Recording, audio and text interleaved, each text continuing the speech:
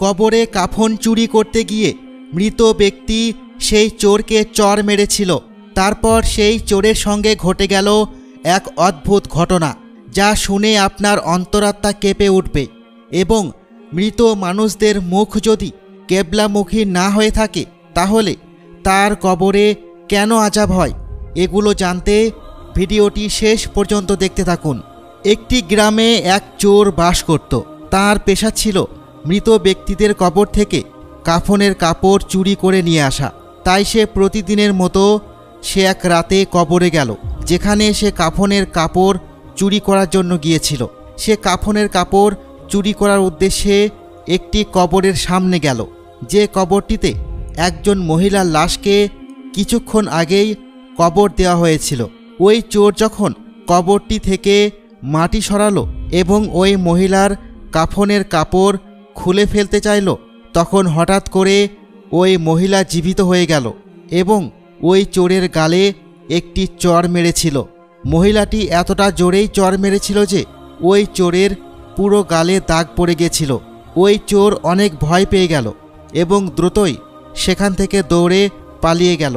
এমন ভয়ানক ঘটনা ঘটার পর ওই চোরের মনে খুবই ভয় ঢুকে গেল এবং সে সাথে সাথে আল্লাহর কাছে তওবা করল এবং বলল যে আর সে কখনোই কোনো কবরে গিয়ে কাফনের কাপড় চুরি করবে না। এরপর থেকে সে পুরো 5 ওয়াক্ত নামাজ পড়তে লাগলো এবং মসজিদের আলেম ওলামাদের সাথে চলা শুরু করলো, কিন্তু সে সবসময় তার মুখটা ঢেকে রাখত। একদিন সে নামাজ শেষ করে মসজিদে বসেছিল।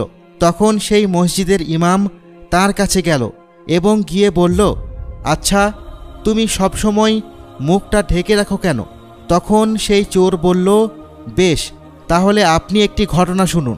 এরপর সেই চোর সমস্ত ঘটনা খুলে বলল। মসজিদের ইমাম তার মুখ থেকে সমস্ত ঘটনা শুনে নিজে বেশ ভয় পেয়ে গেল এবং তিনি সেই ঘটনাটি আরেকজন বুজুর্গ আলেমকে বলল। তখন ওই বুজুর্গ আলেম ইমাম সাহেবকে বলল, তুমি সেই চোরকে জিজ্ঞাসা করবে সে যখন কবরে চুরি করতে যেত সে কি এমন কোনো লাশ দেখেছে যে লাশগুলোর মুখ কেবলামুখী করা নেই? তখন বুজুর্গ আলেমের কথা অনুযায়ী ইমাম সাহেব ওই চোরকে জিজ্ঞাসা করল, আচ্ছা, তুমি যখন চুরি করতে তখন তুমি কি কবরে এমন কোনো লাশ দেখেছ যেই লাশগুলোর মুখ কেবলামুখী ছিল না? চোর তখন ইমাম সাহেবের প্রশ্নের উত্তরে বলল, হ্যাঁ, আমি যখন চুরি করতে যেতাম তখন এমন অনেক লাশ দেখেছি যে লাশগুলোর মুখ কেবলামুখী করা ছিল না, বরং কেবলার উল্টো দিকে করা ছিল। এরপর ওই ইমাম সাহেব বুজুর্গ আলেমের কাছে গিয়ে বলল যে কাফনের কাপড় চুরি করা ব্যক্তি কবরের মধ্যে এমন অনেক লাশ দেখেছে যাদের মুখ কেবলামুখী অবস্থায় ছিল না, কিন্তু আপনি এই প্রশ্নটি কেন করলেন? তখন ওই বুজুর্গ আলেম ইমাম সাহেবকে বললেন, আসলে মানুষ যখন মৃত্যুবরণ করে এবং তাকে যখন কবরস্থ করা হয় তখন তার মুখ কেবলার দিকে করে দেওয়া হয়, এটাই হচ্ছে ইসলামের নিয়ম।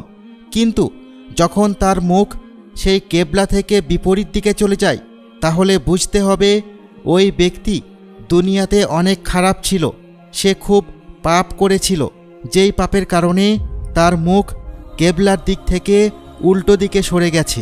আমাদের প্রত্যেকের উচিত পাপ কাজ থেকে নিজেদেরকে বিরত রাখা এবং আল্লাহ তাআলার কাছে তওবা করা, তাহলে মৃত্যুর পর আমাদের মুখও কেবলার দিকেই থাকবে।